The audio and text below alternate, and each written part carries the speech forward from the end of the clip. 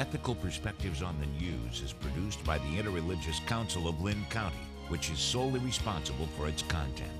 The views and opinions expressed on this program do not necessarily reflect those of the staff and management of KCRG TV9.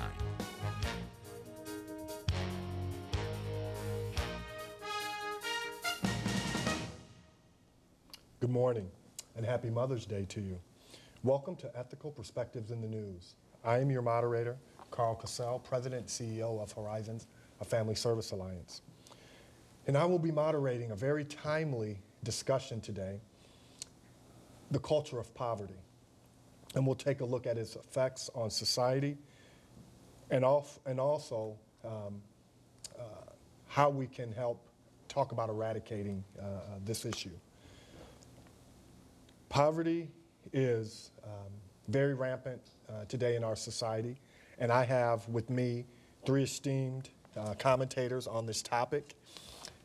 To my immediate left, we have Stefanie Munsterman-Robinson, Senior Investigator of the Cedar Rapids Civil Rights Commission. Good morning. Good morning. To her left, we have Dr. Dohoney, Retired Professor of Sociology. Good morning. Good morning. And to her immediate left, Danine Rushing, Veteran Advocate and Community Liaison at the Willis-Dady Community Men's Shelter, Emergency Men's Shelter. Good morning. Well, thank you guys for joining me today, and we're going to just jump right in. So, the culture of poverty. Famous author Oscar Lewis, a practitioner of cultural anthropology, contends that poverty is systemic in nature. Additionally, it bears certain identifiable cultural norms. Based on observations gathered from his research, Lewis advances a social theory, which we're discussing today, known as the culture of poverty. In this theory, Lewis speculates that members who function within poverty-stricken communities express certain traits that bear value within such contexts, but which fail them in contexts extending beyond their own culture of poverty. So with the definition kind of being set out there, it's kind of been mainstream over the last few years. I really want to get a perspective from you three on your perspective on poverty, where we think it's going, what are some things that need to be done to eradicate it, and also to even look at it from the perspective of those in poverty and what they have to endure and how we can speak to it. So my first question is, what are the main issues that bother you about poverty and what needs to be done? Anyone? Well, I'll jump in. I think there's several, including lack of opportunities for everybody, equal opportunities, systematic as well as individual discrimination. And then there's also this assumption that persons in poverty can't have a good life. We critique their purchases. I don't know how many times I've heard this saying where somebody was purchasing something with food stamps in line and oh my goodness, she bought candy and steak. And so they're held at a higher level than we are. So there's the systematic issues, the lack of opportunities for those persons. I'm frustrated by the fact that the discourse, and which includes so many myths about the poor, results in us being willing to do nothing about poverty and feeling okay about that. Right. And the myths are very hard to eradicate because if you believe that the fault is in the individual, that there's something wrong with them that's not going to change, then there's nothing to be done and we can all go home and be happy. Right. Which I think harms us on a moral and ethical level because we're all in this together. And I have a long list of things that frustrate me, but we'll start with that. Please. I agree with what both of you all said. I do believe that there's definitely a stereotype when it comes to people living in poverty and that you can't be happy, you know, and I do believe that raising the minimum wage rate would be a way to try to assist in that. I also do believe a strong community involvement can make a big difference in trying to conquer poverty within here, specifically in Cedar Rapids. So let me follow up on that as you talk about raising the minimum wage. So some would say, you know what, they want to stay in poverty. They want the benefits that social programs give them. Do you think that is a true statement for the majority of people that are living in poverty? I completely disagree with that. Let's say that there's a single dad and he's working as a janitor or even working at a telemarketing company making $7.25 an hour, and he has 3 small children at home. Even if he's working 40 hours a week, at the end of the month, a lot of times after taxes, he might only bring in less than $1,000. And honestly, how would he be able to pay his rent, put food on the table, buy shoes and coats, and pay for daycare, transportation, and so a person like that would seek out the different services around town that, offer assistance for him and his family. And not to say that, that's something that he's going to do for the next 10 years, but this might just be a stepping stone to try to help him get to the next level. And I strongly do not believe that people that are using these different services, specifically here in Cedar Rapids, that it's something that they, want to do. A lot of times, those are the only other options. Yeah. Either one of you. I would say there's recently a study shown in 2013 that was just released in December, showing that raising the minimum wage is going to have a decrease in poverty. It's also going to increase the wealth of families who are in the lower quartile. So this was a study just recently done. There's also many ways that people who are the lower income, they're not lazy. A lot of times we hear, oh, they're lazy, they just need to work harder. Well, studies have shown that they actually work more hours than people who are wealthy. They work more than people who have a lot of money. So to me, that doesn't show lazy. That doesn't show they just want to rely on the system. That shows that they're trying to do the right thing for their families and for themselves and for their children. And people who haven't had to use different services because they were in a bad way overestimate what they'd actually get. I used to ask my students to estimate what a mother with 1 child on welfare would be getting a month. And then I'd tell them what she'd actually get. And it was about what they spent on entertainment a month. And they said, how can anybody live on that? And I said, well, there's a big question, isn't it? And that little tiny piece of help goes out in all of our names. That insufficient amount of help goes out in all of our names. So I looked it up today. We already know that anybody that gets a minimum wage usually works half-time. And most employers that work you half-time change your hours constantly because they don't want you to have 2 half-time jobs because maybe you'll like one better than the other and leave them. So somebody who's getting minimum wage is making less than $8,000 a year many times. And that's not much to live on. And it's below the poverty threshold for one person, let alone if you have a child. And if you have to pay child care and transportation and other things, you can't live on that. So I looked up what a living wage in Lynn County would be. Now this living wage assumes that you have full-time work. But a living wage, if you had full-time work for one individual, would be $8.11 an hour. If you had an adult and 1 child in your family, then you'd need closer to $19 an hour. And that's full-time work. So raising the minimum wage above $10 would be a start. It wouldn't be enough, but it would be a start. It'd be a beginning. I'd be happier with that than $7.25. Absolutely. Because I think if you have work that needs doing and you need to pay somebody to do it, then it ought to be worth a living wage. And the great thing about that is we're all in this together. If the people in the bottom make more, the rest of us will have higher wages. And a rising tide floats all boats. That's it. Absolutely. So I'm going to switch gears just a little bit because this becomes the elephant in the room or the third rail. But there's a lot of vitriol as we talked about some of the anger pointed at those in poverty. Is some of the generational poverty that we hear discussed, is there a racial component to that? Are people lashing out at certain racial groups? Do we see that as being prominent in our community, or is that just an assumption that's being made? That's prominent across the United States. Most Americans don't realize that the vast majority of poor people are white.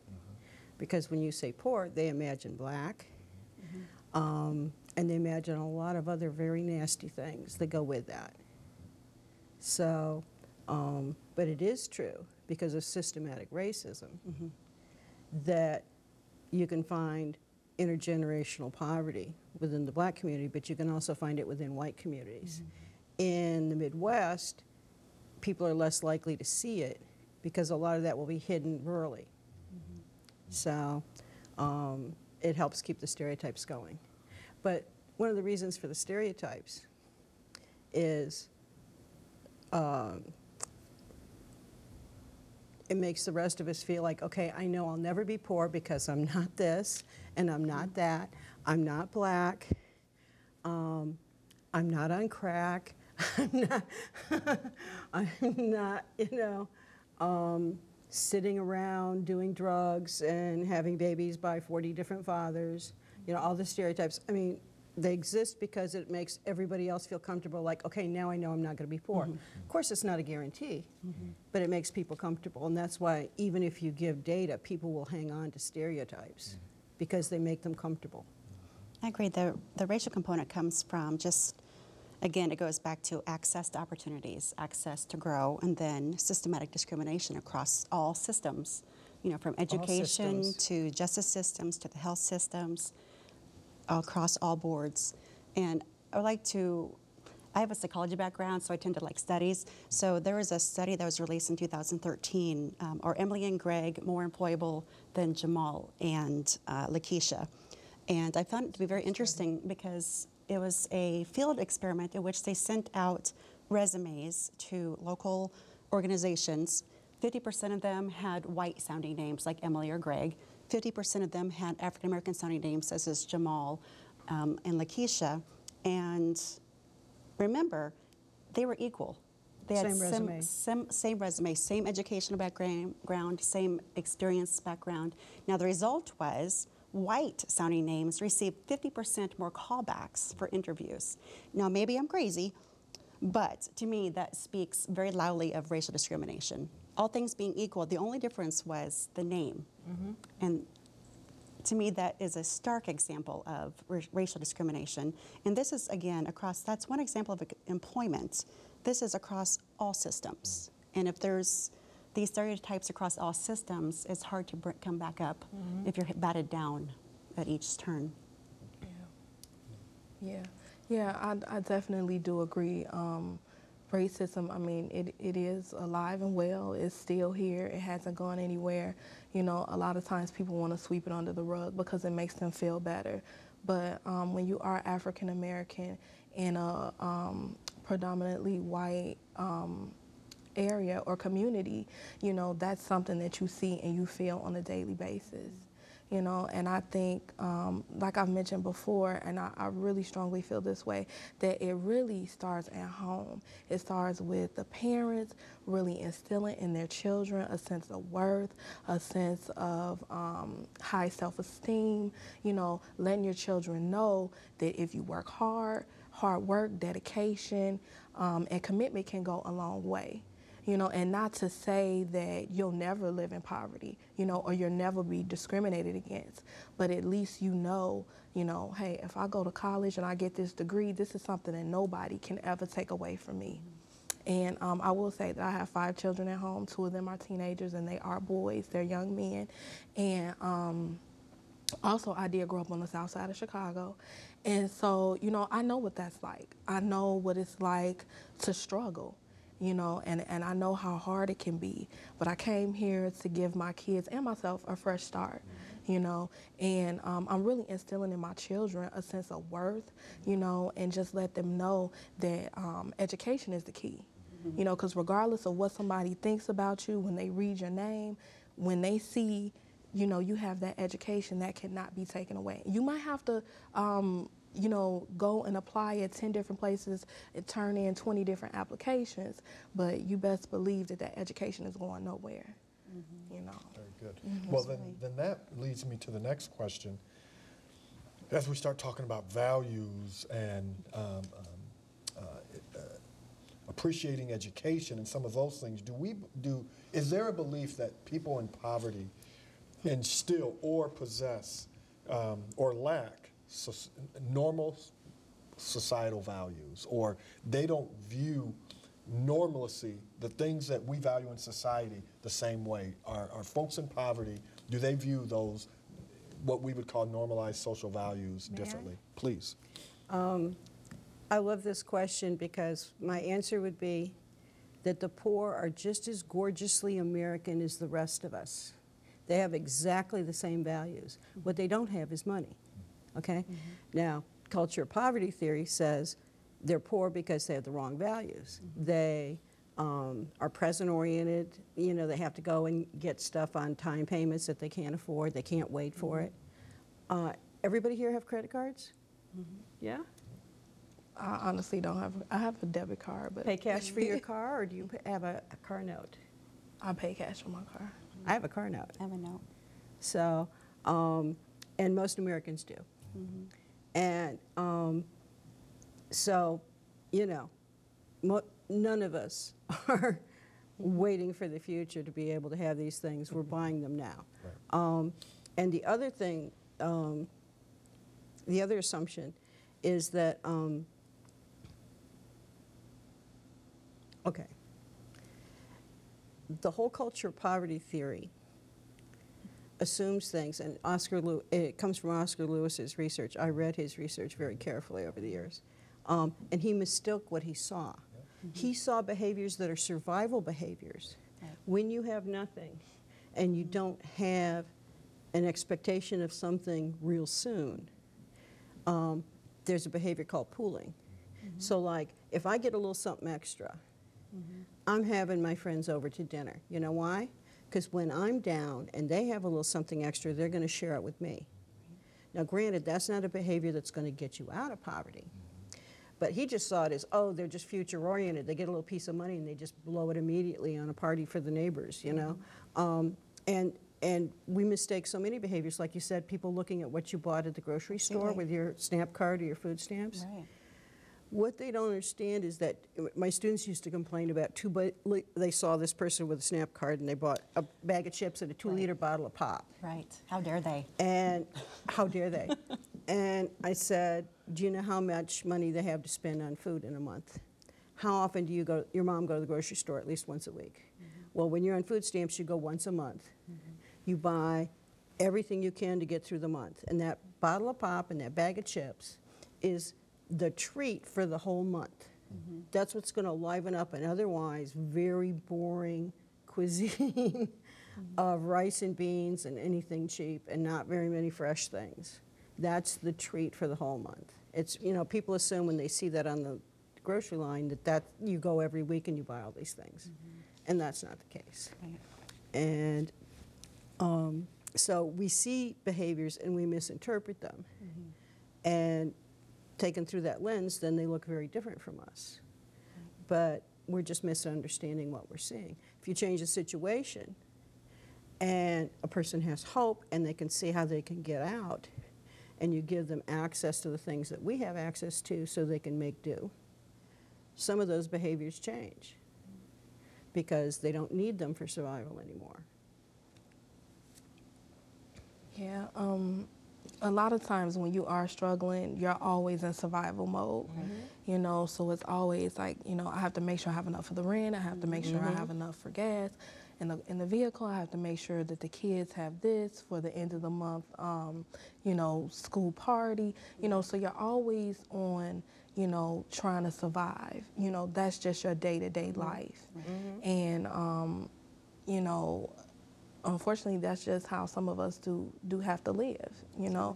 And hopefully, as time goes on, things, you know, gradually it gets better. I have to say I strongly disagree with the idea of a culture of poverty. Just because, as you said, just because you're in poverty does not mean you are a certain kind of person. There's differences in your values if you're in poverty. There's differences in values if you're middle class. There's differences in values if you're wealthy.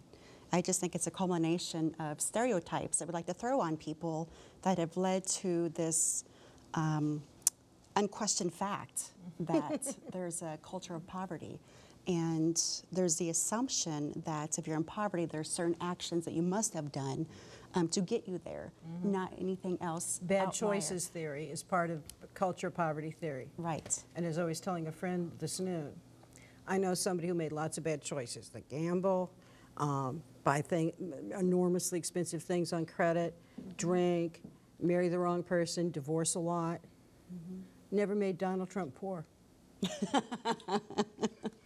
Good point. That's good. That's very good. I like that. So we talked about raising the minimum wage. And so also the thought is that if the minimum wage is raised for people on poverty, that this will only give them more money to increase their own self-destruction.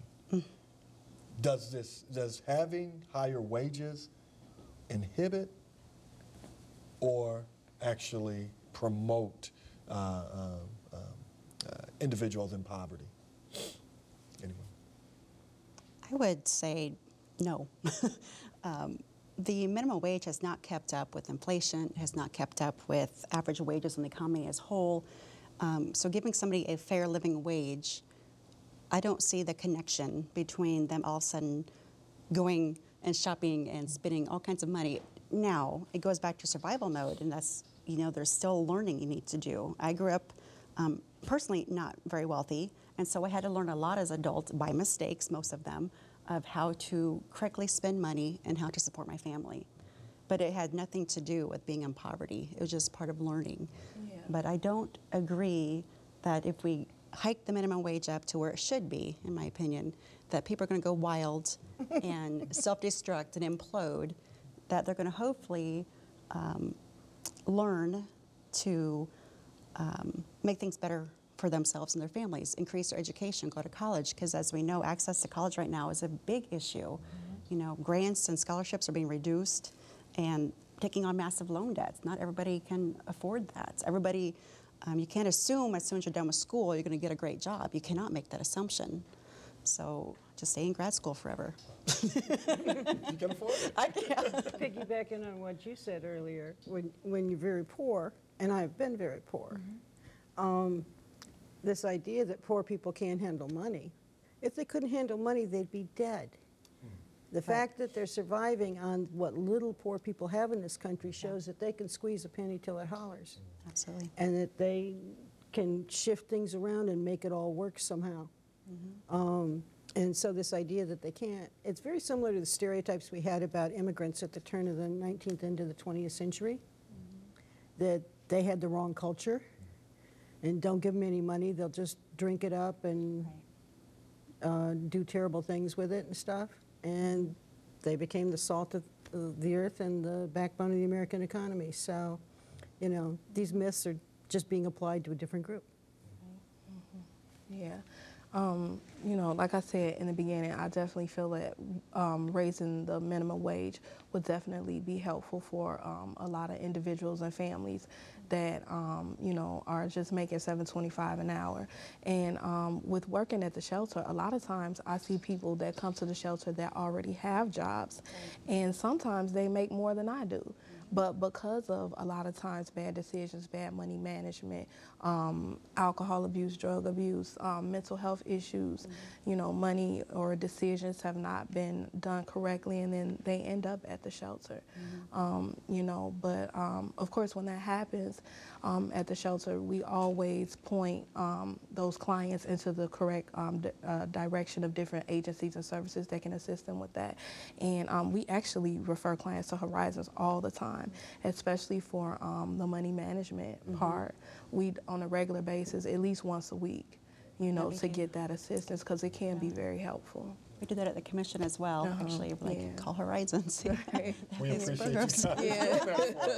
But it is a good service. It is. We're coming to the end of our time, so I want to ask one more question that I think you guys have all touched on, if not spoken to directly, but I want to ask this pointed question.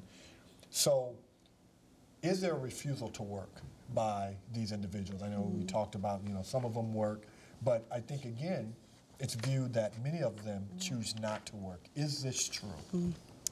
If you look at the data, the vast majority of the poor in this country are too old to work, too young to work, or working as much as they can get and still poor. And to be working as much as you possibly can and still be poor to me, is a moral failing in the rest of us that we allow it to go on. Absolutely. The It's richest country in the world. in the Right. richest country in the world. But our stereotypes say people are poor because they don't want to work, and they don't work. But the fact is, the economy changed drastically in the last 30 years. And we stopped producing jobs that produce a decent income.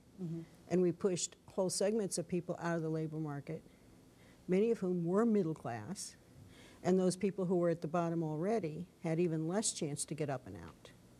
So we've created a kind of a bifurcated economy, which makes sense because we have the kind of economy that produces winners and losers, but we need to rethink what an economy's for.